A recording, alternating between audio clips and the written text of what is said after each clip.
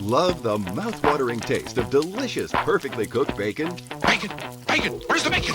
I smell bacon! Bacon! Bacon! Gotta be bacon! Only one thing smells like bacon! That's bacon! Bacon! Bacon! Bacon! Bacon! There! Welcome to the What's Sizzling podcast with Big Bacon.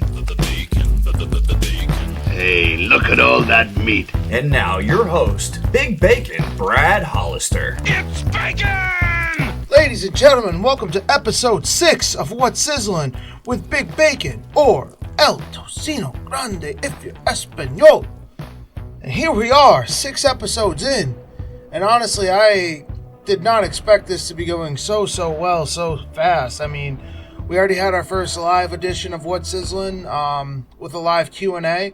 So that will be dropping next week, and everyone who was able to ask a question, you guys will be on the podcast. So first time we'll have any fans on, so I think that would be really cool. Hopefully we'll be doing more live Q&As coming up. The Zombie Hideout, I want to thank you guys for having us. You guys were great. And we were told that we were great as well, and they would love to have us back. So hopefully that happens. And I'll let you guys know the details of when the next one will be happening and who will be the guest. Also, I want to ask the fans, because, you guys have been so gracious and so well receiving of this podcast. I want to ask you guys if you guys want to have me switch up the format at all. Like, I do love having the guests on. I love having conversations with fellow wrestlers, but I don't know if you guys ever would want to do like a watch along where I find an old episode of Raw on the network and we have time cues and we watch it together, or anything like that. A review of a Northeast wrestling show, or a review of one of the big pay-per-views coming up. So just want to know if we want to switch up the order at all or switch up the format, and I would love to hear you guys' feedback on that. So please hit me up on @WhatSizzling at Twitter, or the @WhatSizzling podcast on Instagram. Same thing, you can hit me up at Big Bacon Brad on Twitter as well. But I want to take this minute before we throw to our guest, TKO Ryan, the sassy wild horse himself. I want to talk about fantasy football a little bit. I don't know if this fan base, I don't know how much you guys like football or fantasy football, but holy hell. I mean, every year I usually have like 3 or 4 teams, and I'm super into it. But last year I only had 1 team, and I really wasn't into fantasy that much. And this year I wasn't even going to have a team. And then What's Sizzling alumni, JT Dunn, hit me up and was like, hey, you want to join a league with a couple wrestlers, blah, blah, blah, blah. So I was like, all right, sounds good, sounds cool, whatever. And an 8-team league turned into a 10-team league, turned into a 12-team league, and now it's a 14-team league. And I never did a 14-team league draft, but my draft and my team is absolutely nasty. I mean, I got Deshaun Watson at quarterback, DeAndre Hopkins at receiver. So I got that Houston Texans combo right there. That alone is going to give me a ridiculous amount of points. I got Leonard Fournette, got Kenyon Drake, got Amari Cooper, Vance McDonald, which is making me want to change my team name to Vance Refrigeration. Sammy Watkins. I went with the Seahawks defense. I think Jadeveon Clowney will be a big pickup. Got the Los Angeles Chargers kicker, not Clipper, because that's going to be my fantasy basketball league, which that will be coming up probably in a month or so, because I'm obsessed with sports. And I'm very, very confident in my bench as well. At this time that this podcast will be releasing on Thursday, I should have already had my stitches out by then from surgery, so surgery's going well. And also on this Thursday, NBA 2K20 is coming out. So this might be the last episode of this podcast, straight up. I get very, very obsessed with that game, so I can't wait till that comes out. If anyone wants to watch me play, you can find me on Twitch at Big Bacon Brad. Also be putting it up on my YouTube channel, because that is my shit. I feel like I could go against anybody on the planet in NBA 2K20 or NBA 2K in general, so I'm guessing 2K20 will be absolutely no different. So can't wait for that game to come out. But enough of me babbling.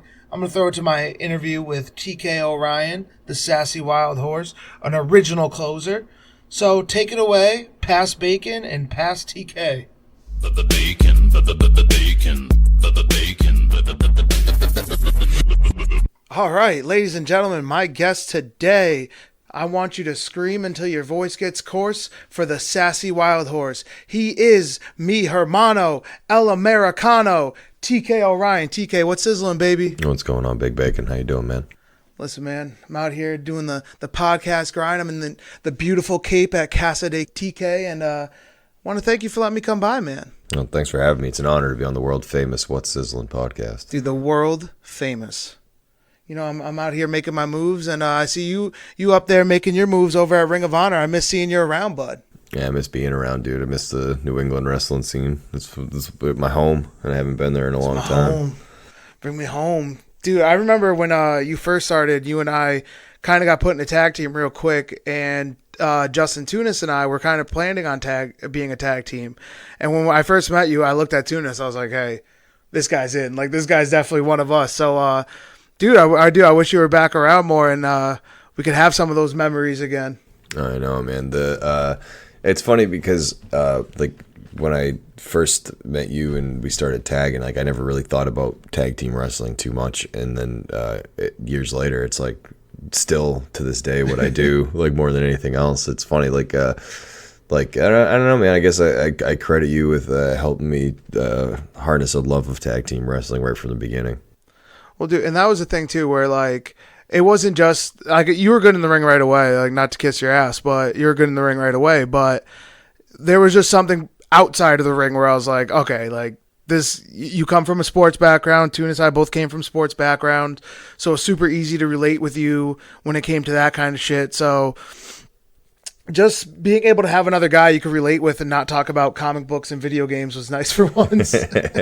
Yeah, man. And well, that's part of like what makes you a tag team, right? In general, is like you got to have some sort of common ground. You got to have something to sort of I guess like make that initial contact with, right? And it's not that there's anything wrong with video games and comic books and things like that. But now I'm a gamer. So are you? You're on you're streaming stuff as well sometimes. As I'm sitting here recording this on my extremely expensive microphone that I bought for my amazing PC gaming computer setup. Yeah. But no, there's nothing wrong with that. It's just that, like, I mean, like you said, like if you come from a certain background, you meet somebody that did the same kind of thing. It just kind of helps create a bond right away, and I feel like that was part of what made the closers a fun thing, and it made for a lot of memories at the time that we did it. Was that a lot of what we did was just kind of off the cuff, just acting the way we are and the way we would act outside of a wrestling event as well. So putting it together and getting to do it in front of an audience was really just great. No, and that's what it was too, man. Like you said, we were the same way in front of the people as we were behind the scenes. If not, I think we might have been less ridiculous in front of the people than we were behind the scenes sometimes. So coming from that sports background, I don't want to dive too much into baseball because I know that's probably every question you ever get asked, but I'll tell you one story I have. And this is a 100% true story, and it pisses me off to this day. There was this kid that I worked with because I was teaching at the time, and he was a very good baseball player. And he said, I can't remember the college he played for now, but he told me he played Holy Cross. So I was so ready to look up the stat line and talk to you and be like, you got struck out by a teacher, you bum, you filthy piece of garbage. And then I looked up the stat line, and you went 3 for 4 with 2 doubles and about like 3 or 4 RBIs. And nothing pissed me off more than that moment in my life. Bro, that's awesome that happened. Thank you for that. I might not even have told you about it because it pissed me off so bad. That's so good. It's funny, dude. You know, people try to check me on the baseball stuff from time to time, and it's not like everywhere I go, people are like, trying to check my baseball privilege. But I get it. I get it here and there, and I think my favorite thing that's happened so far, like wrestling to baseball, I suppose, was there was this. We were in Baltimore recently for Ring of Honor. And right after the match, Vinny pinned the guy, and I'm standing over him. Our music's playing, and a fan threw a streamer. Like, if you can imagine, I'm facing 12 o'clock, and the streamer came at like I guess 7:30 or 8 o'clock. So it's kind of behind me and to the left. And for some reason, I just like I just felt it coming, and I turned to my left, and this streamer's like no less than a foot away from me, and I just catch it and like return it to sender. Like it's crazy. Like I just snatched it out of the air and like turned a double play on this streamer, and I sent it. Someone was trying to steal second on you. Bro, I literally did like this little sidearm flip, and I caught it and I sent it right back, and it bops the girl that threw it right in the nose. Like it was a perfect like just like return, boop, right in the nose, just like a gentle little streamer to the noggin. It was so awesome. If you can actually see it happen in real time, the YouTube videos out. The Ring of Honor put the match out from it was like a Future of Honor or something like that. Dude, I do. I always follow, especially with. Because I try to follow every kind of wrestling possible because I feel like that's how you get better. But there's something different about like when it's your friends at that level. So like obviously with your matches, you know, Vinny, Flip, Taven, I try to go out of my way to watch it. And so I didn't notice that. So I definitely have to watch that one and catch that because that's fucking awesome. It's subtle. It happens right at the end. Like the commentators don't say anything about it. Like if you're not looking for it, you'll miss it. But I see it every time. It's one of my favorite things that's ever happened in the ring. Oh, dude, speaking of favorite things that happened in the ring, so I remember when I first kind of got the Bacon name. At first, I thought it was a rib because I'm like, oh, shit, I must be getting fat. But I remember it would just pop you so much, and you would always call me Bacon away from wrestling. And that's how kind of the whole nickname started after Ryan Drew called me in the ring that one time. I just did it to just try to make you laugh because I thought like, all right, me and my buddy out here, like, want to make sure we have a good time. So I always credit with Ryan Drew of giving me the Bacon name, but I always credit you for really pushing it along. Because like I said, at first I thought it was just like, oh, I'm getting fucked with. You know what I mean? And you kind of like, what are you talking about? Everyone loves bacon. Bacon's like a big thing right now, and you really pushed that on me. So just trying to fuck with you ended up helping me sell a lot of t-shirts. So thank you for that, bud. Well, dude, that's like the best nicknames. They come naturally, right? And they're ones that you'll actually answer to. So like for me, like I'll remember that night clear as a bell, right? When Drew's in this thick cut slice of American bacon, and I just thought like that's amazing, right? That's a great that's a great nickname. But like the thing is like I've always been TK, right? People have called me that for years and years and years. So for me in wrestling, like for someone to call me TK is very easy to me, and that's literally why I do it, right? So to me, it just screamed the same thing. Like you're already answering to it. You already don't have a problem hearing it. It's unique. It's something that no one else is doing. You might as well just roll with it. Oh, and oh boy, did we roll. We literally, I remember this clear as day because Top Rope did not have a tag team division, and we were kind of like somewhat tagging, and then we wouldn't tag, and then we would tag, and then out of nowhere, you hit me with, they're going to bring back the tag titles, and we're going to get the tag titles. So like, I always wanted to ask you this. How did that even begin to happen? Oh God, I can't say that I remember. My best guess would be that Drew probably brought it up to me. Probably because I really don't know. I wish I had a better answer for you. I can't say I know how I knew that. I either just flat out made it up, which is entirely possible. I might have it could have been something I was saying to sort of get you rallied up or something. I really have no idea. Or maybe Drew had told me or something like that. I really, I wish I had a better answer for you, but I hate to disappoint. I really don't. Oh, my heart's broken, dude. Shattered and fucking. That's shameful of me. Dude, so shameful. So, what else you been up to with over there at Ring of Honor? Because like I said, I've been keeping up. I've been noticing you're wearing the shirt and the jeans, change up the look a little bit. Where'd that come from? Yeah, well, hey, man's going through some stuff, right? So I'm just I'm wrestling how I feel, and right now I'm a little jaded and not super loving what I'm doing. So I'm just kind of my looks reflecting that a little bit. Oh, man, you got every reason to love what you do, man. Like we were talking about it earlier before we started recording, and dude, the fact you got signed 2 years into wrestling, like that's not too many people on planet Earth could say that or even think about saying that. You know what I mean? Like me myself, I started when I was 15, and I had a couple years off, but like if I kept at it since then, it would have been 11 years, and still I haven't got that opportunity. So like, dude, like I understand being frustrated and stuff, but dude, you got everything going for you, man. You know that. Oh, well, it's just wrestling is it's a tough thing to do for a living, man, and it's one of those things that just right now with the way I feel about like being in front of the people and doing my stuff and everything that comes with it.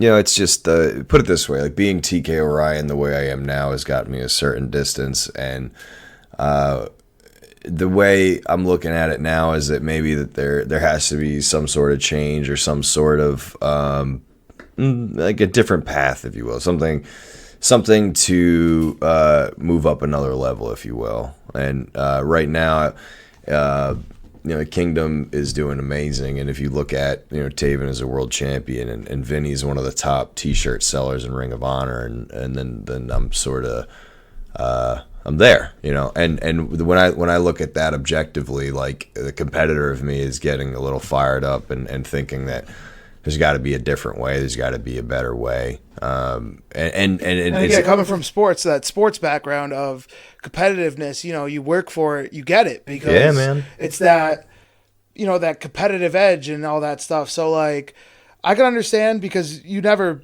probably ever in your life ever been like felt that way, where I remember in the closers where it was supposed to be all three of us equal, de facto you kind of just became the leader of it, you know what I mean? So like I totally see that part of it, but like I said, man, you're on pay-per-view all the time, you're killing it. I remember when you first got there, like, dude, that was the craziest debut I think of anybody in Ring of Honor history. Like, dude, that was awesome. Well, yeah, no doubt, man. And my time in Ring of Honor has been badass, and I hope it keeps going for a really long time. It's just, the part of me that has always existed is the part of me that wants to do more and push for the best. And I mean, don't get it twisted. Like at one point in my life, like I was staring a lot of money in the face to play a sport for the rest of my life, and in a weird way with wrestling, that's sort of what ended up happening anyway. And so there's very much a part of me that exists that is a cutthroat competitor and very much wants to be the best. And the best part about wrestling is that there's an objective way to be the best, and there's definitely a way to move up. There's levels to this shit, is what I'm getting at. And levels to this shit, homie. Yeah, man. And for the time that I've been in wrestling, I've had a lot of success doing things a certain way. And I guess what I'm trying to say through all of this is that I want to do things differently, to do different things in my career and move up these levels that I'm talking about. And it's always cool to be. It's always cool to be along for the ride, but it's really cool to break through and do your own thing as well. And part of the creative process for me is, at least right now, not really being satisfied. And I guess really to get back to the original question is, my look right now kind of reflects just a guy that's just not satisfied and is trying to figure out what's next, really. Well, listen, I've always known the Sassy Wild Horse to bring the satisfaction. We were the original Shower Buddies. We were the original closers. The OG, Dude, I forgot all about the Shower Buddies until I seen a Facebook memory of that picture where I think Nick Steele threw you on top of me, and I caught you, and we were in a very precarious position. Yeah, very precarious position. Sure. And someone had a sign right behind us that just said "Shower Buddies for Life." And I'll never forget that picture, because that shit was just like, I think someone blew that up for the next show, and that was a sign. It was. That was pretty wild, man. I mean, it's people threw loofahs at us. It was, and what's funny about all that is like that's another example, I feel like, of just like you get something and you run with it, right? I mean, that happened naturally. I think Nick Steele referred to us as Shower Buddies in the ring one time on a promo he did. It was Jingle Jangle, baby. But it's just like, you get stuff like that, you roll with it. It's part of wrestling. It's part of being creative, and it's part of being entertaining. Is like, if you hear something, then that's what's up. Go with it. Like, it's not. I'm a big believer that like wrestling doesn't necessarily have to be hard, but it's inherently difficult. And what I mean by that is like, if you know what you're doing, it'll feel like it's the easiest thing in the world. And if you don't know what you're doing, it's magic. And part of that to me is like give the people what they want sometimes, you know. And if you hear something that's just it's there and you know that it's gonna get a reaction a certain way, or it's gonna make people feel a certain feeling, like, then that's what you need to be doing. And now you get to hear what it's like to live next to an Air Force base because I think a plane's going by. Oh, we flying high over here. Yeah, I mean, so I live on Cape Cod, right? And like, I mean, look out the windows, man. You can tell it's beautiful out. It's like super nice area. Everything's great here, right? But in my town, there's a Air Force base. So they do a lot of training drills. So it's so funny. Like, I usually do these interviews over Skype, and I remember you're like, "Oh, you want to come down to record?" I was like, "Oh, come down to the beautiful Cape." No, I would hate to come down and like go to towards the end beach, of August, in the backyard. Yeah, right in the dog days of summer, that'd be miserable. Oh, that would be so tough on me. But earlier we brought up Jingle Jangle, and I want to tell this because this is one of the best. Like, I've like a lot of cool stuff. I was lucky enough to have a lot of cool stuff happen throughout wrestling, but this I'll never forget because it was just so funny. We have this match. It's in, I don't even know. It's late. It's near the summer months. Let's just put it like that. And we do this whole thing, and me and TK are on the outside, and I used to always put TK up on my shoulders like we're playing chicken in the pool. And Nick Steele I always say is me in 20 years. Like, he's just like a thick, burly man who just loves pro wrestling. So I'm like, that's me when I'm an old man right there. And he grabs the microphone and he goes, "Jingle jangle, it's Christmas in July." And I look up at TK and I just go, "What was that?" And he just looks down at me. And you ever see that emoji with the two hands up, which is my least favorite emoji? But you were doing that motion in real life. You're like, "I don't know what he's talking about right now." And the next night you came out with a shirt that said "Jingle Jangle," and it was one of the greatest things. I did. Yeah, we were like, I remember we were up like making the shirt with the Sharpie and all that shit. Like, dude, that's what I miss. I personally miss about wrestling because I feel like you said, there's levels to it, and I'm not at the level you're at, but I'm getting, I'm higher than that level I was then.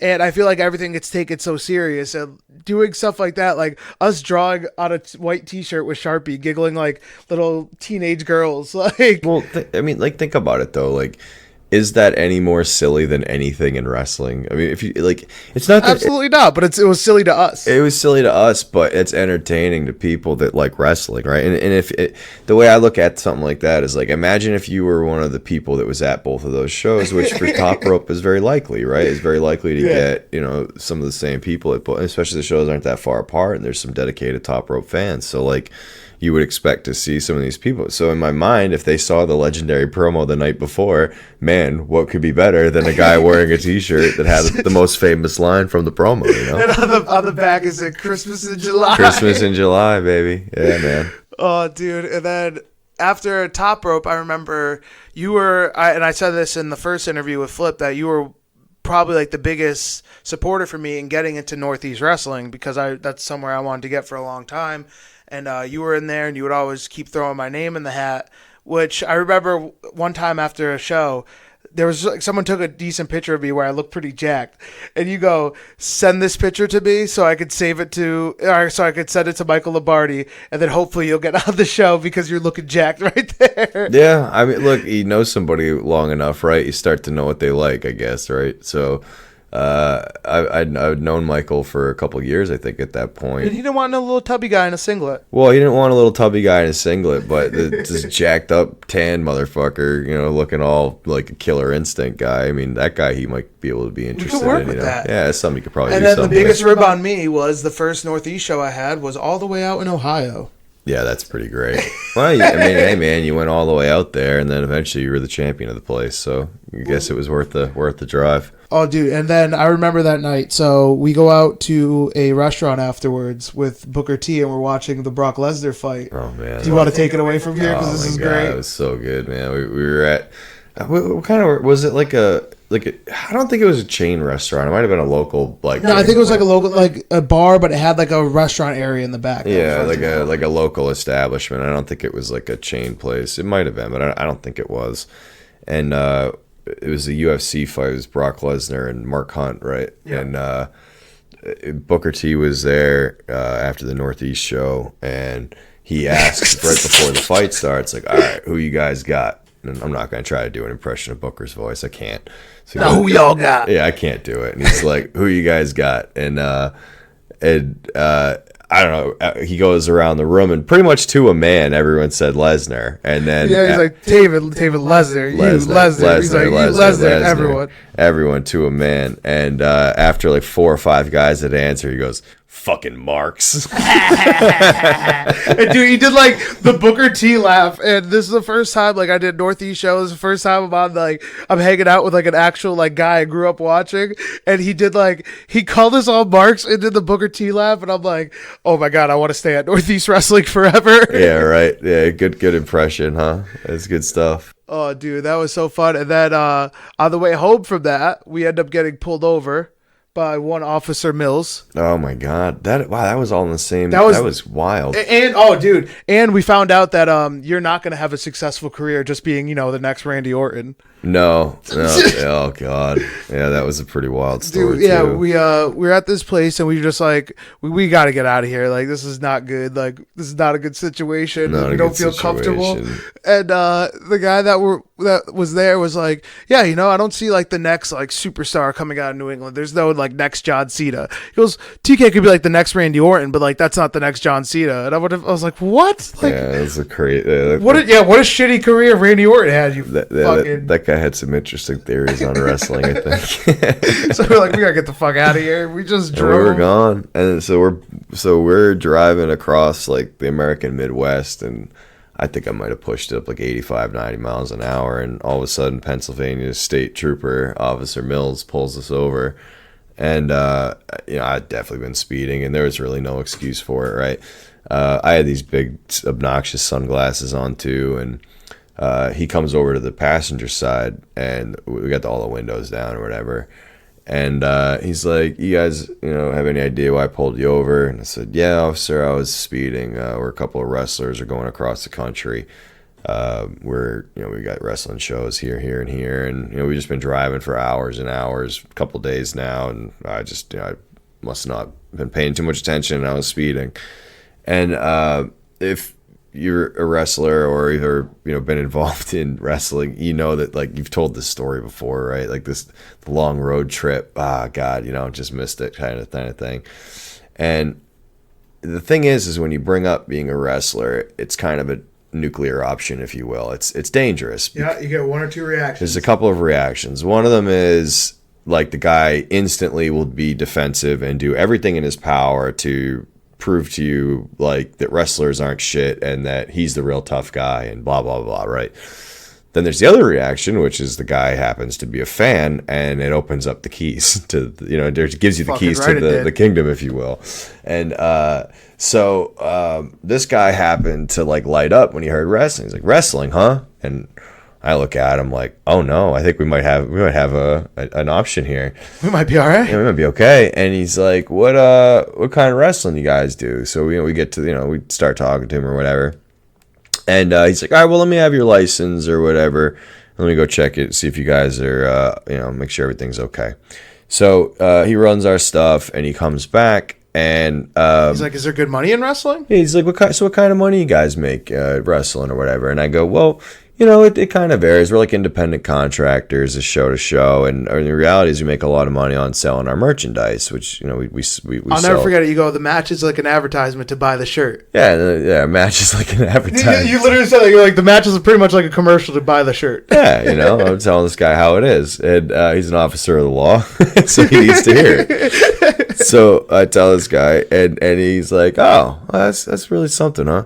You guys got any of those shirts? And wait a minute. So he hands us back the license. Right? He's like, you guys are good to go, and you got any more of those shirts? And I'm like, absolutely. Oh my god, sure do. So we get out the car, we go around the back, we pull up the hatchback. Like, what size do you need, man? And he's large or whatever. And we get him the shirt, and I go to hand it to him. I'm like, thank you for here. This is for you. Yeah. So he goes, how much is this going to run me? And this is where I go in my head. I'm like, oh, I'm just going to give this guy the shirt. Yeah. The guy just let us off with a warning. Like, I'm going to give him the shirt. And without hesitation, TK goes, that'll be $20, sir. And Officer Mills fucking forked it up and Pulled out his wallet, handed over a crisp 20, and sent us on our way. And we drove in like silence for the next 10 minutes because I think we just had no idea what just happened. Oh man, and I want to believe that he put that purple closer shirt on right over his uniform. Like he sat in that car and he was so happy. He's like, I look so jacked in this purple I'm closer looking shirt. jacked in this t-shirt. Hell yeah, great purchase, totally worth it.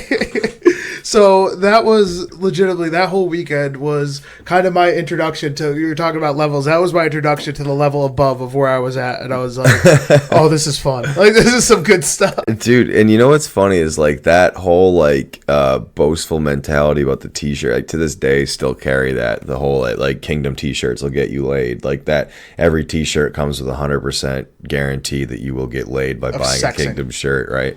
That's been the move for years now. And like honestly, it all kind of comes to the Officer Mills story of like, man, t-shirts have power. You know, you just got to give the power to the shirt.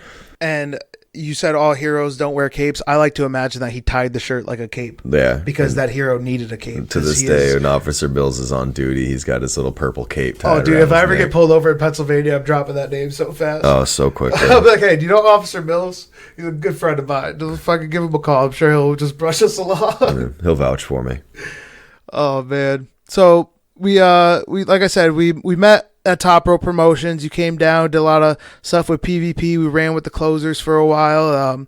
We were at Northeast Wrestle, and then you got scooped up and signed up right away. And then pretty much my horse left the stable, and I was a broken man. Well, you did all right for yourself since I've been on the road, so to speak. I mean, you starting to make quite a bit of noise for yourself and upward momentum and things like that, and then unfortunate injury, huh? Oh yeah, so I know you know nothing about unfortunate injuries. Yeah, right. No at kidding. all. Yeah, I have no experience in the area. That's for sure.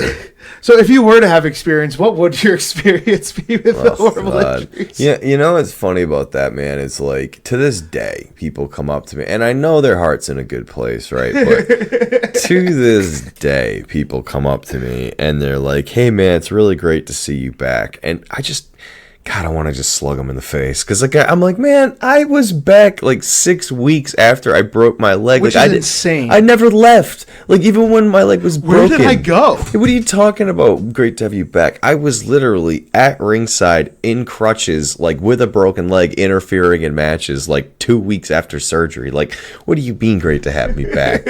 And like not even that, but then I came back and I whopped Jay Briscoe in his dumb face with a friggin' boot like the day I got back, and I'd been back wrestling since, and that was like 6 weeks after I broke my damn leg in the first place. So like it's like, what do you mean great to have you back, guys? Pay attention, watch the show.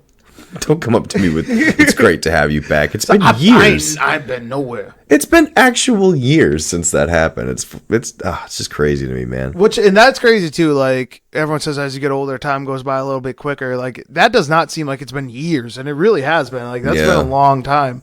Because Yeah. you're what, like 4 years into wrestling now, and you're already. It'll be 5 years in November. That's since insane. Yeah. Well, it's 5 years since I started training now, and then I always count like the first weekend in November is like when I started to wrestle, like every weekend or whatever in the locals and all that. So, but I started training like June 2nd, 5 years ago. So I've been around for 5 years now. It's pretty crazy. Well, no, and like you already accomplished so much, and you already did so much. Like I was talking about your debut earlier, we didn't really get deep into it, but debuted against the Bullet Club, beat them for the 6-man, or you won the tournament for the 6-man titles, like immediately after. Or was it that same night? No, it was a tournament so they had like a single elimination style tournament, and we beat it was the Bucks and Adam Cole our first night, and then Team CMLL in Baltimore, and then we defeated Jay White, Kushida, and Leo Rush at the time in New York City, final battle. And that was the inaugural 6-man championship match, and then we held the titles right up until I broke my leg, and then Vinny and Taven teamed with Silas Young the next day and lost them to the Briscoes and Bully Ray. And Thanks a lot, Silas. Yeah, way to go. And then, the titles kind of hopped around a bit. Eventually, we got them back. lost him again, and then we got him back, and we've since lost him. We've pretty much been all over the 6-man division, which it's interesting because when I first signed with Ring of Honor, I was kind of given like a 2-pronged task, right? I had to become a television wrestler and learn to like kind of introduce myself to an entirely new audience that wasn't going to have any idea who I was when I showed up. You know, in itself, kind of difficult, right? Yeah, absolutely. And especially, like I said, you're so new to wrestling at that time. Right. So I'm already new to wrestling as it is, and now I've got to do this at a higher level with, you know, some of the best guys in the world. And there was that, and then the other part of it was the 6-man division in Ring of Honor was something that they wanted to establish, and I knew going into like day one on the job that the Kingdom was going to be like a central piece in making the 6-man division a credible thing in Ring of Honor. Excuse me. And it was kind of a daunting thing. And to like go into my job like day one knowing like, all right, well, there's a lot going on here. Like I'm going to have to win over this locker room. I'm going to have to get these guys to trust me and be able to work with me.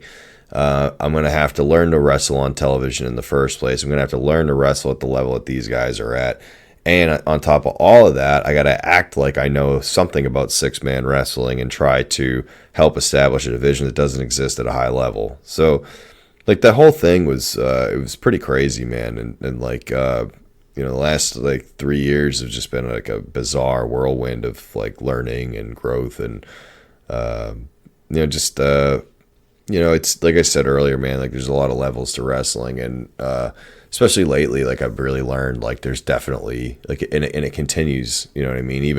Even when you reach a certain level above where I'm at now, like there's a level above that and a level above that. You know, all the way to the very tip top. You know, so you know it's been a wild ride. It is crazy to think now, like Jesus, I've been doing this, like especially because wrestling to me was originally supposed to be like a pastime. It was supposed to be something that I was gonna. I remember do. when you first started, you were saying that. Yeah, man. Like I really had no interest in being a wrestler full time. Like I really got into wrestling as like maybe this will be something I can do because I don't want to play men's league baseball, you know, and I don't want to play men's league rec basketball or any of that stuff. And shout out to Dexter Lou. Yeah, right. Playing that men's rec league. Which is fine. and oh no, dude, Dexter, it's so funny. Every time I see Dex, he just shows up. He's like, yeah, you know, we started off slow, and now we're on a 4-game winning streak. We're looking good. Like he gives me updates. Like I feel like I know more about his men's rec league team than I do most professional basketball teams. Hell yeah, dude. But see, like that, and like that's great. And like that's the thing with like the rec league sports. So it's like I did it with baseball. I after I was done playing competitively, like I played on the men's league team, and it was a lot of fun, but there's like a part of me that's too much of a competitor that I just can't like drink beer and take some swings. And that's what it is, because I know how you are just from knowing you for a couple years now, and you would, if you're going into something, you're going to take it serious. Because I've done the same thing. A lot of people ask me, like, oh, why don't you try mixed martial arts? I'm like, because I don't think I could be world champion. So I'm not going to dedicate myself and give my all to a sport that I don't think I'm going to be at that top level at. So like you said, playing men's rec league softball, like if you don't feel like that's going to get you signed to the major leagues, like, and I know how you are, you're going to put your everything into it, and it's going to exhaust you. Right. And I'm not the kind of guy that's just going to show up once a week and hit. Like I just have too much pride in myself, I guess, to like, I need to like be training during the week and hitting during the week. I can't just, you know, go up there and I don't know, maybe that's a wrong way of looking at it. But to me, like I have fun in doing well. Like I don't just have fun in like, I participated for a long time. So I don't just enjoy participating, if that makes any sense. And no, of course it does. And so, you know, wrestling was kind of going to be something that would like give me like an excuse to go to the gym and an excuse to train something, have a focus, right? I've been an athlete my whole life, and you know, in my early 20s, I felt like I really had no focus, right? So I thought maybe wrestling would help a little bit or whatever. And you know, once I started training and I realized like how much goes into just learning to have your first match, I was like, man, if I'm gonna go through all this just to learn to have one match, and then it's not really the kind of business where you can, I mean, there's certainly an ability to linger around and get a match here and there, but that's not really I guess to me, right, that would be no different than playing men's league baseball, right? absolutely. Like you're. I say that analogy all the time. Like, I'll never shit on a guy who works once a month if that's what he wants to do. You know what I mean? Like, because that's how they're viewing it. They're viewing it as something to stay busy, something like you said, an excuse to go to the gym, an excuse to stay in shape. So like, I'll never get on those guys. But I mean, it's literally what I was going to do with wrestling. And exactly. It just, it's to me, it's like. When I looked at it that way, it was like, well, now wait a minute. Now I'm right back to where I just was. Where now I'm gonna, if I'm not gonna take this seriously, and I know how much effort it takes just to at least from the school that I went to, right? I mean, and that's, I guess that's part of what makes the Lockup a good training school is that. Yeah, shout out to Lockup. Yeah, man, Ryan Drew and Nick Steele do such a good job with training their new students that. Like right away, they kind of instilled that idea of like you need to work really hard to get a match. Like that's a and that's a fundamental skill in wrestling is that idea of like you got to work to get your matches. And once I kind of had that in my mind, and I realized like what it would take just to get a match and how long it took of training just to get a match, and I was just like, nah, the amount of effort this is going to take, I might as well like get on in this and. I thought maybe it would be something I could do like passively as like a secondary source of income. And when I realized that there really isn't a way to passively wrestle and make income unless you've been kind of a famous wrestler in the past, I was like, those bastards. Yeah, right. And now it starts to narrow down my options where it starts to become like, well, I guess I could either not wrestle at all or I got to go all in on this and try to readjust my life to make this work. And if I really want to do it, then I got to do it. And to be honest, I think part of what helped me, I guess, succeed quickly was like I just decided right away that I was going to go all in on it, and that like after a few weeks of training, I was like, "Fuck it, I'm going to be a wrestler. I'm not gonna." And you know what didn't hurt you? What's that? Being tall, tan, and handsome. Tall, tan, and handsome did didn't not hurt. No, it didn't hurt. And some would say it helped. The previous and coming off fresh 4 years of collegiate Division I training didn't really hurt either. I'm sure that didn't really hinder you much. No, and like my first day of wrestling school, I definitely wasn't in like peak physical condition, but I wasn't that far removed from a Division I fitness program, and it wasn't like I wasn't working out at all at the time, right? I wasn't working out like a wrestler, but I was definitely going to the gym and I was in shape and. My cardio was really good and things like that. So what makes me feel like a bitch now is when I was in high school training, I would literally wake up, go to school, go to football or amateur wrestling practice, and then after that do pro wrestling practice, go home, do my homework, and sleep. I'm like, that sounds like a nightmare now. And I remember at the time, I'm like, this is great. Like, I'm living the dream. But now I'm like, that sounds so miserable. Like, what was wrong with me? It's crazy, right? Yeah, as you get older, like you're younger, you love the structure, and you get older, it's like impossible to keep, right? But yeah, man, like it's just a weird thing. Like I just felt like anything worth doing is worth doing well, right? It's like the saying, and to me, like and I think this is a big part of why Flip has had so much success too. Is like he didn't give himself an out. Like he pretty much said like. Fuck it, I'm moving across country. I'm gonna make this happen. Like it's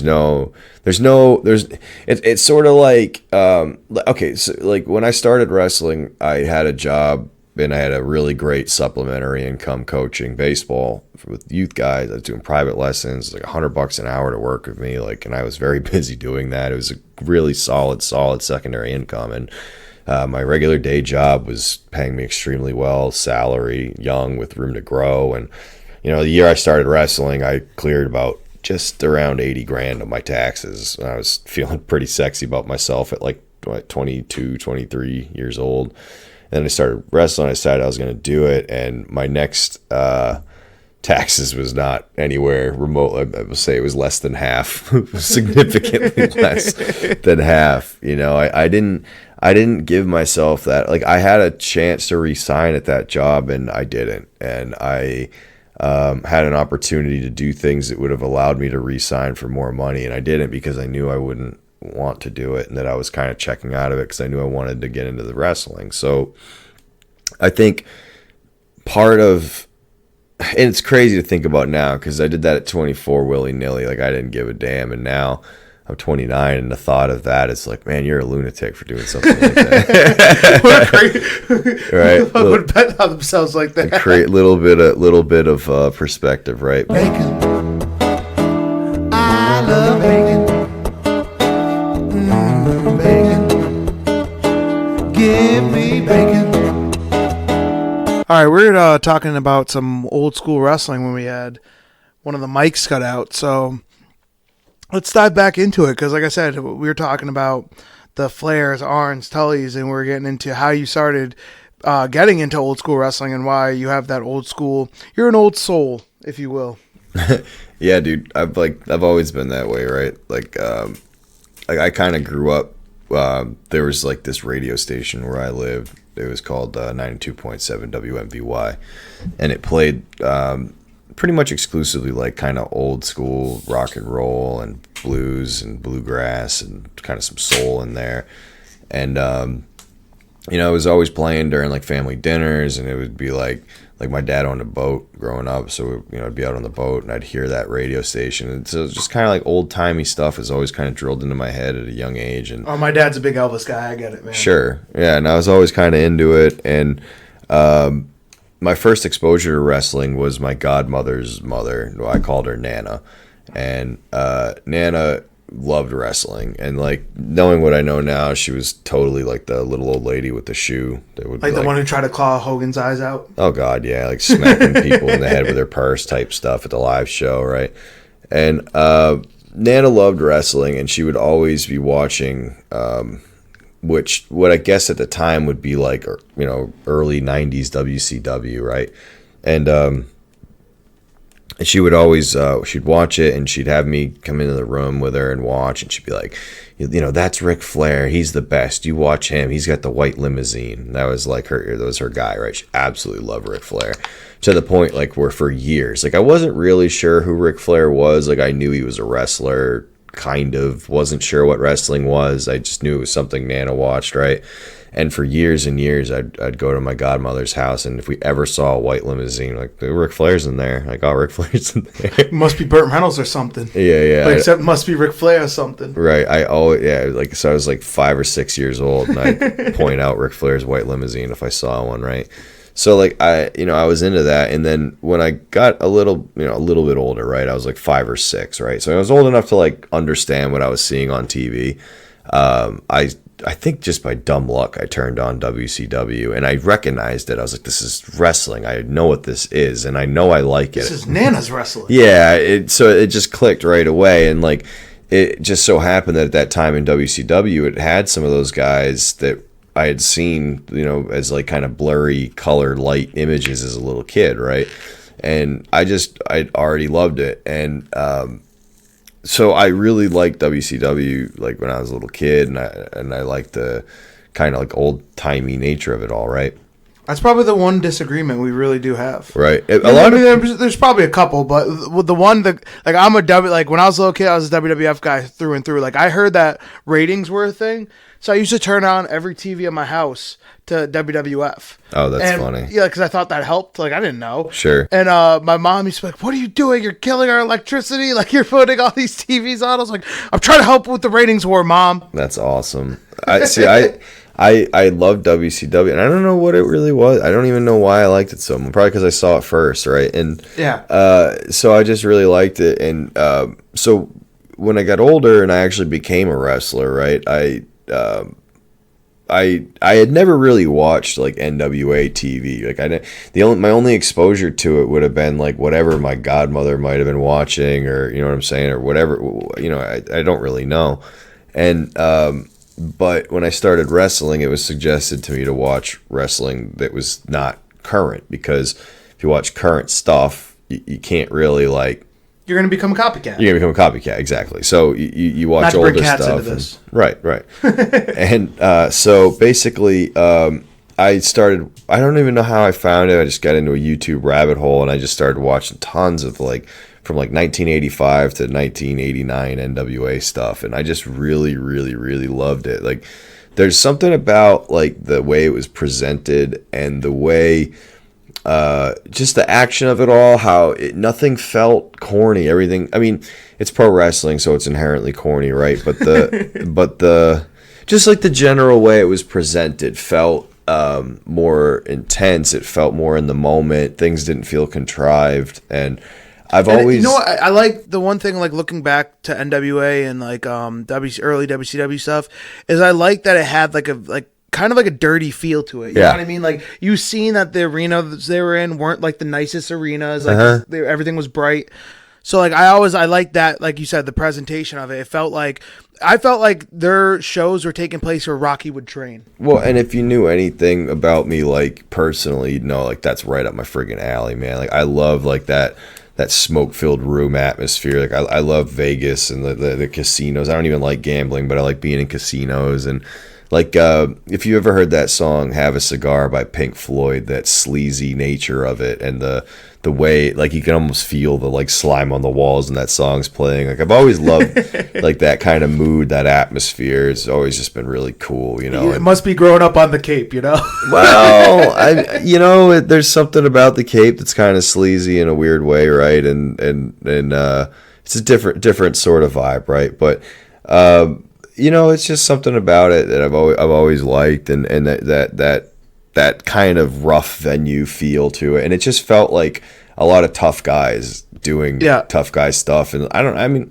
look, everybody likes what they like, and wrestling's for everyone and all. And well, the type of wrestling I like is tough guys fighting out over tough guy stuff, you know, and that's the kind of thing that speaks to me, and that's pretty much what you were watching with that stuff. And I really do believe that there's a certain magic to the way wrestling was presented, where everything was over the championship or money or personal pride, and it really like the way that the wrestlers were shown. Everybody was such stars, and you really like, when I watched that, I feel like fans are watching people they feel like they could never become, you know, which is cool to me, and that's part of the thing about wrestling that I like the most, is that idea of like, these are superstars, larger than life superstars. Yeah, man, these are the guys that like you got to pay to see, and you know that era of wrestling to me like nails it, and it's just why I like it so much. So I know you're a huge Flair guy. Like, watching you and Jay Lethal one time, it looked like Flair versus Flair, because you guys are just doing so much of the begging off and stuff like that. So like, what is your personal favorite Flair match? This is my question. This isn't even from the Twitter. My personal favorite, actually can give you a direct answer to this one. It's a 2-part series. There's Ric Flair versus Nikita Koloff. I knew you were gonna go no. Yeah, I love that one. It's so good. There's like opening thing that happened like right in the beginning of the match. Flair kind of bullies him into a corner a little bit, and actually I think he gets bullied into the corner, and then he grabs Koloff's tights and turns him around, and then he gives him a couple 3-4 chops, and after like the 4th chop, Koloff doesn't necessarily like New Japan style, like no sell him or like Hulk up in his face, so to speak. He just sort of like walks towards Flair. He takes like one step at him and looks at him like, motherfucker, you know, like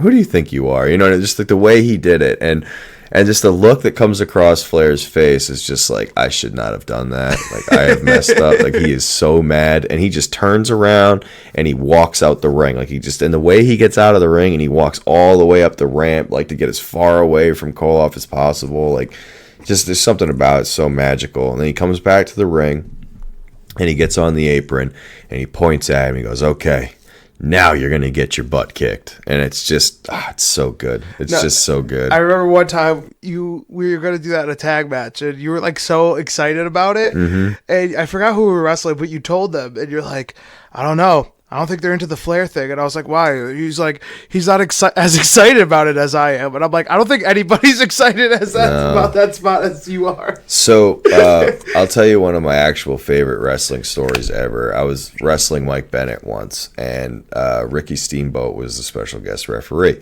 And it was Steamer. it was great, right? And This actually wasn't the first time the Steamboat had been the special guest referee. It's like actually like in a weird circus, like the fourth time, I think, right? Like so. We had him one time. Yeah. So and this is after that match, right? It's your personal referee, Ricky the Dragon. Yeah, Steamboat. my personal referee, right, is the Steamer. And what's funny about that is like, so the last time Ricky had reffed a match of mine, I had asked him if it would be okay if myself and Vinny hit double drop kick, like he gets threatened by the wrecking ball, and me and Vinny hit a double drop kick, and then all three of us hit the Steamboat pose together. And I asked him, and I got to flare away. Yeah. And I asked him if it would be okay, and he loved the idea. He thought it was hilarious, I guess. So we did it, right? And so the next time I see him, I have this match with Mikey, and Steamboat's the referee, and I decided at this point, like, I'm going to have a little fun with Ricky and see if he picks up on us doing Flair Steamboat. So I made Mikey be Steamboat and I was Flair. And I told Mikey about it. I was like, hey, man, what do you think about in the beginning if we do some Flair Steamboat? And we'll have Steamboat be the ref and see if he picks up on it. And Mikey, being Mikey, was all for it, right? He's like, hell yeah, that'll be awesome. So we go out there and we start doing it. When I say Flair Steamboat, I mean that literally. Like I'm talking like we started off the match and I went to offer like the double high five. You could picture like my palms up, like, you know, like going to give him like the slap hands kind of thing. Like he slaps his hands down on my hands and I go to give him that. And then he goes to give me the double slap hands and I pull my hands away, run them through my hair. And then I turn and I woo right in Steamboat's face. And and I turn around and I woo right in Steamboat's face. And when I do, Steamboat friggin' gets this look on his face. And if you've ever had the fortune of having him ref a match, or if you've ever been there while he's doing it, like you learn like he's amazing at reacting. He's still to a stuff. stud, too. Yeah, that guy can do stuff in the ring still. It's incredible. And he reacted to that. Like he got this look on his face like I just insulted an officer of the law. You know what I mean? Officer Mills, right? See how we brought it back there? But no, but he gets this amazing look on his face like, you son of a bitch. And to the point where I almost thought like, oh no, should I not have done that? Like but I figured like, fuck it, like I'm in it, like I've already done it, I can't take it back now. So now we go to lock up, me and Mikey, not me and Steamboat, me and Mikey go to lock up, and I do like, if you've ever seen like any match from like the era that I'm talking about here, they do this thing a lot where like they kind of like, instead of just locking up, the guy that instantly just kind of snatches the headlock out of the lockup, right? And the Flair Steamboat matches almost always start with something like this. And so I snatch Mikey's head, and Mikey immediately takes me to the ropes, and here's the shoulder tackle, turn right to Steamboat's face. Woo! You know, now I'm in it. I can't take it back. And you're 2 woos in at this point. Yeah, now I'm 2 woos in. We're deep. Yeah, well, 1 woo in, I think you could have backpedaled. 2 woos in, you're in too deep now, we're brother. in it now. And so I'm thinking like, you know, whatever. We keep going, and I hear a voice, go for the figure 4, have him kick you off. And I think to myself, well, Mikey didn't say that. And I realized, oh shit, Steamboat's calling Steamboat Flair spots to me to call to Mikey. That's this awesome. is amazing. Yeah. So like, I don't know, like I don't usually like to talk about like the X's and O's of matches and stuff. Like it's not, to me, like I guess being an old school guy at heart, I guess, right? Like I don't love like telling about like the inside workings of pro wrestling, but that's a story to me. It's like kind of awesome. Like here's this guy who's had like the best matches ever, and he's trying to relay some of the information from those matches to me to do in real time with my buddy Mike. It was good stuff. No, that's really cool. And like you said, especially because you and Mike are buddies, so like that always helped it too. Because again, when we were talking about tagging earlier, like that's always was a big part of it, like tagging with someone that you're friends with. So being in there with someone that you're friends with someone you idolize, who wrestled your favorite wrestler ever millions of times, and he's telling you spots of you and your favorite wrestler and himself, like, right. Dude, that's awesome. Pretty sweet. And like, don't forget too that like when I started wrestling, like I really wanted to be like Mikey. That was like Mike was like kind of my role model of my early wrestling days, right? And in a weird way still is to this day. But it's just funny because, like you said, you get the Steamboat in there and Mikey's in there, and overall it's a cool thing. And you weren't getting hit in the nuts. And I wasn't getting hit in the nuts.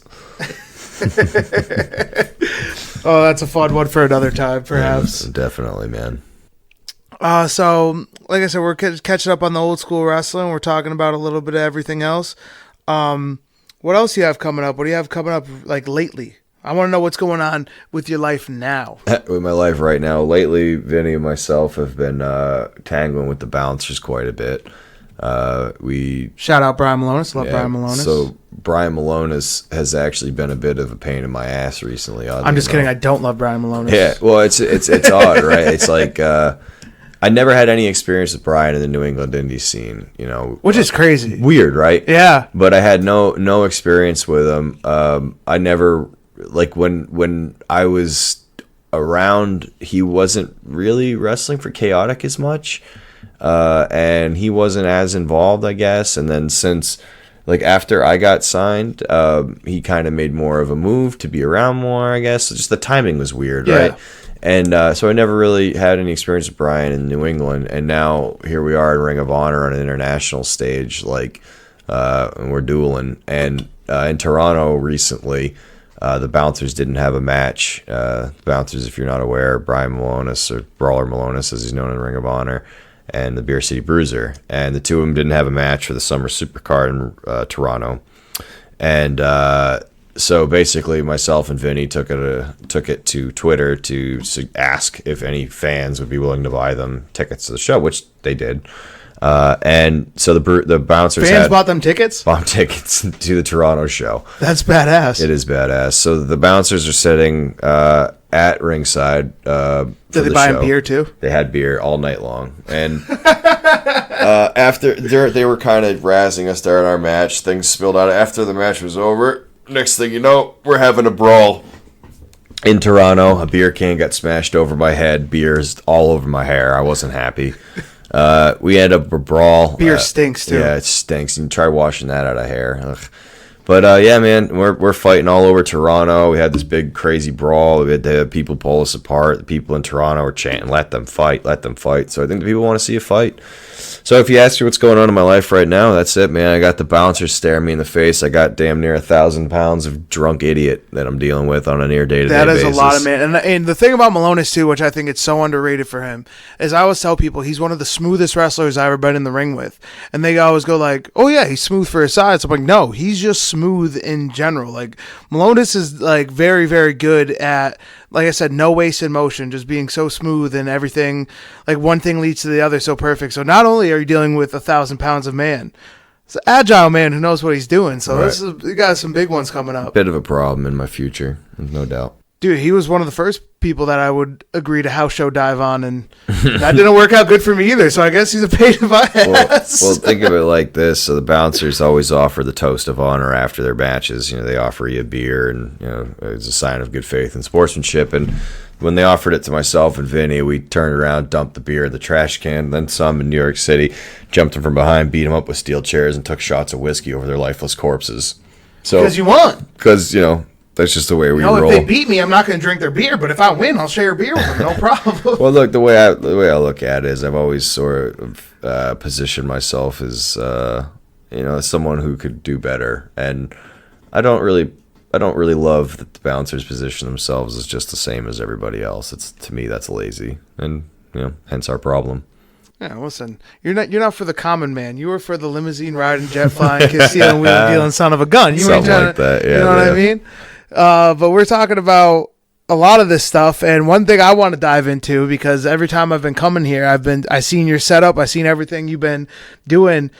Gaming, man, PC gaming, like that's next level shit. Like I'm good at the PlayStation stuff, but I know PC is like next level dedication to gaming. So it's another world. And your former job was computer tech. So when did you get into like gaming on computers? All right, so actually, specifically, what happened was, so I like gaming. I've always liked first person shooters. I'm a big fan. I love something Pew, pew. about pointing that little target and hitting a moving target. It's just something about it. I love it. And over the years that I played, I learned that there's a lot more to first-person shooters than just aiming. There's like positioning and effective use of cover and team strategies and cutoffs and things like that, and all this different type of like movement and tactics that I didn't even realize existed, right? But as I got older, I kind of started to become a fan of it, and I pretty much stopped playing games entirely. Like, believe it or not, like around college, like probably like my junior year of college, I stopped playing video games as much as I had in like high school and before. And I don't, and then pretty much once I'd graduated, I'd stopped entirely. And once I was wrestling stuff, it had been years since I'd played anything. One day I was flipping through my Facebook and I saw a video by this guy named Jack Frags, and it was this video of this game which turned out to be PUBG. But I'd never seen anything like this before. And there's this guy creeping around in the woods, and he had like an AK-47, and the graphics looked insane, and there was just something about it. It looked like it was kind of from the 90s, but I could tell it was a very modern game. And it was the way, like, this guy's British, right? So as he's describing what he's doing, I was so drawn in, like Planet Earth with David Attenborough. I was like, you know what I mean? So I'm so drawn in, and I'm watching this guy play, and next thing I know, I'm looking him up on YouTube, and I see he's got a bunch of these videos. So I'm dying to play this game, and I find out that it's on PC only. And I'd always known that PC gaming was like this like faraway land that I'd never like figured you could go to, because it's like Uncharted waters. Yeah, it's like this uncharted waters if you're into gaming at all, right? But I come to find out that PC gaming's actually had this like kind of bizarre like surge in popularity, and it's a lot more accessible than it once was. And so I'm like, okay, so I look into it, and I actually have owned a gaming laptop for a number of years at the point of the story that I'm telling. And I'd owned it because when I bought a laptop for college, I bought one that I could use for gaming, not because I wanted a gaming laptop for gaming, but because it has better components. It would last longer and be a nicer laptop, right? So I remember, it's like, oh shit, I have a gaming laptop. I could probably play this PUBG game. So I tried playing it with just the laptop and like a dumpy little mouse, and I was like, no, this isn't going to work. Like, so then I got a monitor, the thing, and it spirals out of control. Next thing you know, I've got a full blown gaming PC set up. It was built on a budget, but I completely ripped your setup off. Right. Hey, and years later, a few Ring of Honor contracts later, and some learns, and now I've got my setup that I've currently got is like I think it's a $4,600 setup top to bottom. I've got a Land Leak case with all the best components without getting too deep into some numbers and things that I don't think people actually know or care about. Let's just say everything in this box that's sitting to my right is very expensive and very, very powerful. And don't touch it. Don't touch it, yeah. But yeah, dude, and I love the PC gaming, and I've started a community on a Discord that's got around 200 people in it now. And it's totally separate from wrestling, so I don't really promote it or anything. So you won't be plugging this podcast on it at all? No. I do have plans to make it a public Discord and invite people that know me through wrestling into it. But some things have to be done first before that can be done. And I have plans to create YouTube content and stream more. I streamed a little bit a couple years ago, I think, or a year ago, whatever it was. I did it just to kind of see what it was like or whatever, and I do enjoy it, but I needed to upgrade my setup, and me being the kind of person that I am, I couldn't just have a crappy stream, right? Like, yep. I needed to improve a lot of stuff, and at this point now, I've definitely got I would say state-of-the-art type setup where I could definitely run a full-scale stream, and it would be beautiful and in full resolution and everything, and yeah, man. I mean, really, it's just it's my passion outside of wrestling is gaming, specifically first person shooters. And I know it's PUBG, and what was the other one you were playing last time? Because that one looks like you were explaining everything to me, but it was just so much, and I'm not a smart guy, so I couldn't compute it all. But you're talking about, what was the other one where you had like runners or whatever it was? I don't know. It might have been Rainbow Six Siege. Yes, it was. Yeah, not runners, but what was the one that you were saying, like the visible person? No invisible guy. Oh, there's like I think I was playing as Nock. She can like be invisible to the radar and stuff and be super silent and just kind of zip around there. But like, yeah, man, I like in the games I lean towards are like the super, we call it sweaty, but super sweaty, like competitive shooters that are not friendly to new players and are really, punishingly difficult and all that type of stuff. That's the kind of game You're in there for the real shit. Yeah, man. I like to say I only play athletic video games. You know what I mean? I don't. Video games that make you break a sweat. Exactly, and like, no offense to, I don't like sports games or things like that, because the thing I can never get over is like Madden, right? You play the perfect game, it's a beautiful game, right down to the wire, and then through no fault of your own, your running back just fumbles. And then I want to just massacre something. Well, I cut him. That's what I did. Yeah, sure. I don't fuck with fumblers. Get off my team. Sure. I can't. That's not for me, man. So like, and the thing about first person shooters is there's always something you could have done to change it. Either you were completely screwed, and you know what I mean, it was over for you because that's the way those games go sometimes, or you made a decision that you shouldn't have made, and that's how you got into that position in the first place. So. There's something about that I've always enjoyed. It's kind of the baseball player in me. Like in baseball, I mean, either you got a hit or you didn't. You can make a million excuses in the world, but the reality is you either got a hit or you didn't. Yeah. And like you said, those games have more of a competitive nature. Oh, God, yeah, obviously sports games too, because sports are based off competitiveness. But I'm talking about compared to a lot of games that are like building games or anything like that. Like these games, I've seen you play, and I've seen some of the people you play with, and like. This is real deal Holyfield. Yeah, we're not fucking around out here. Yeah. So actually, this is a great segue because we're talking about sweatiness and we're talking about games.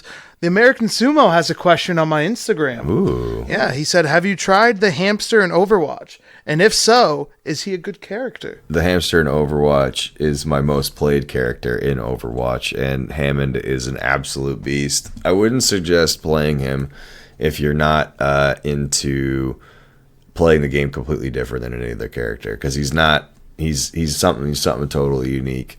But he's my man. If you ever run into Horseman on Overwatch, just know the hamster's coming and he's going to absolutely smash everything in his path. So if the horse is the hamster, yeah, you're in for some shit. You're in for some shit if the Horseman is riding.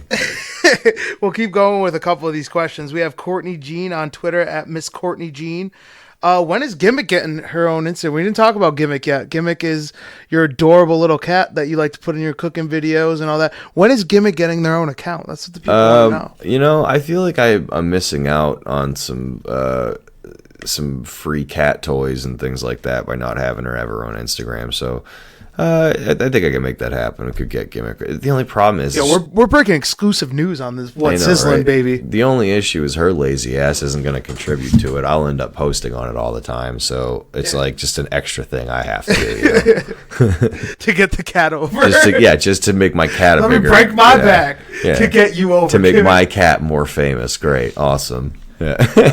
They also, Courtney Jean also asked, would you ever be interested in a singles run? Of course. Who wouldn't be? Who wouldn't want that nice little singles pise and all that? Yeah, who wouldn't, right?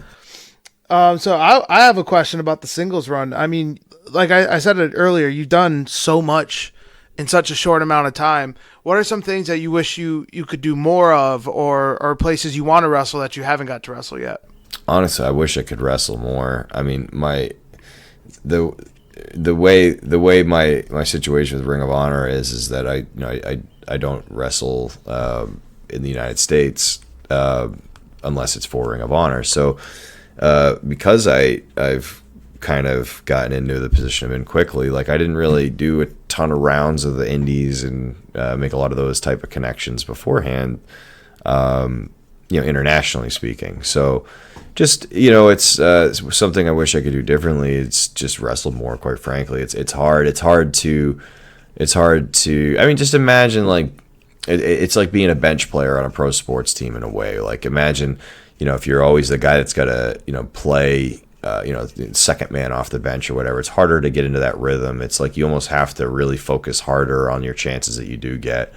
And it makes every match I have feel more pressure packed, because it's not like I get to go out the next night and do it all over again, You're one shot. We're talking one shot. Sure. And it's a catch-22, right? Because with the contract that I'm blessed to have, I get paid to not have to, wrestle a million times, which is wonderful.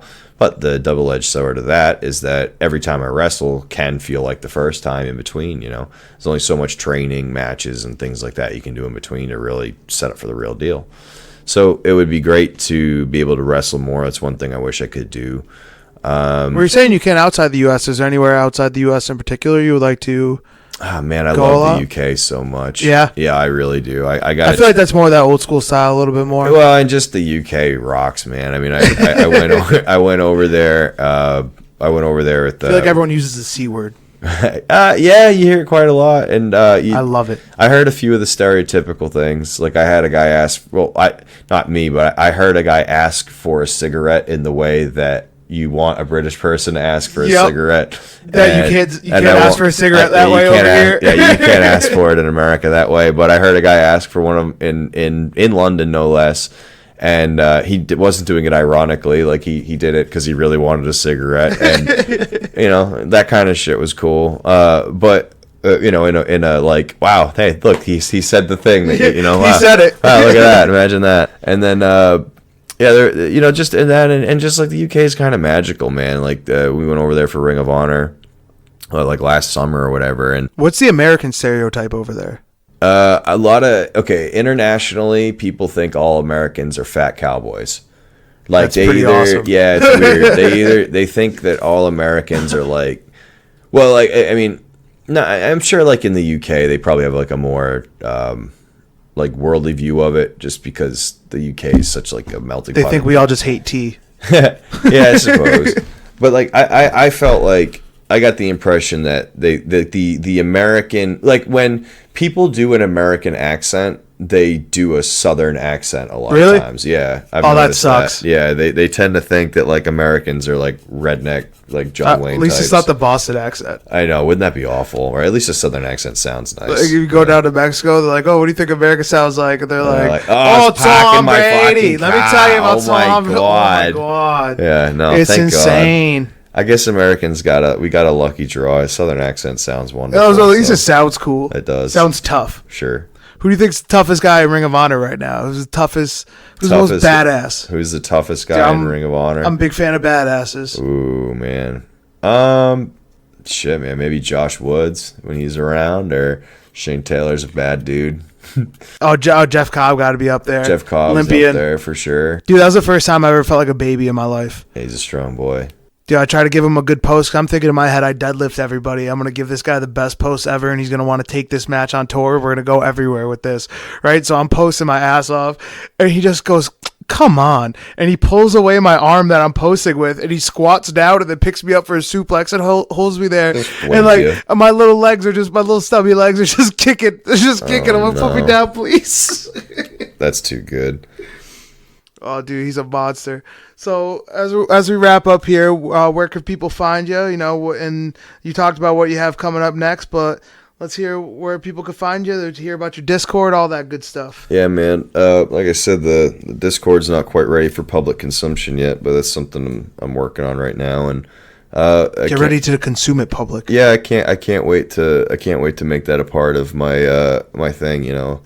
But right now, you definitely show my YouTube channel some love. I believe it's just TK Orion on YouTube. It's a picture of me holding a belt with a purple jacket on, looking all handsome. But show the YouTube channel tall, some handsome, love. and tan. Yeah, man. That's something I really want to put a little more time into coming up. Like I said, I just feel like there's going to be some changes in my career that I think people will be interested in, and I think definitely check out my Instagram, my Twitter. It's at WildHorseTKO for both of those. And subscribe to my YouTube channel because I really do feel like I'm going to be doing some different stuff in the coming months and going forward. So I'm excited to show it to everybody, and I just hope everybody likes it.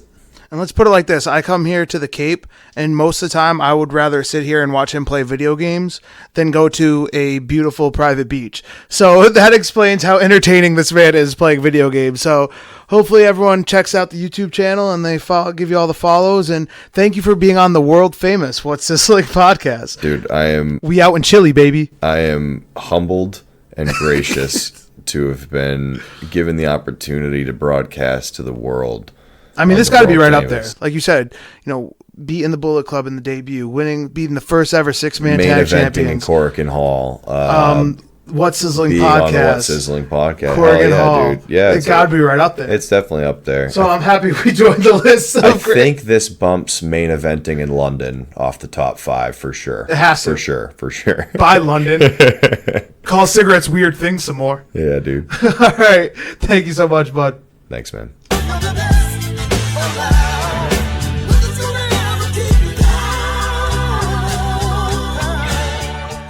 That was our interview with TK O'Ryan. I want to thank TK for hopping on. Again, like I said, with this podcast, it's really cool to catch up and talk with friends. And TK, when he first started out and when I first started, finally branch out and get out there a little bit more, him and I were inseparable. And since he got signed, we don't see each other as much. So it was really cool to actually go out there and talk with TK and, just catch up on everything. And it was great to see him. And my boy TK getting jacked up, bro. TK's a big boy these days. I remember when we first started tagging, I said we look like the quarterback and fullback because he was so tall and thin. And man, nowadays TK looking like a tight end. So looks like we got a good little football squad going. There's going to be no Flippin' Bacon this week. Flippin' Bacon's going to be returning next week. We recorded it on Wednesday. This podcast gets dropped on Thursday. I didn't want to throw anything extra on John Roy's plate because, like I said, John Roy is the head of production of almost every single company in New England. So don't really want to throw more on his plate so last minute. So we're going to have Flippin' Bacon for you next week along with the live edition of What's Sizzling with Hammer Tunis. So that was a really, really fun interview. And it was cool to do one in front of a crowd too. So we're going to have that coming to you next week.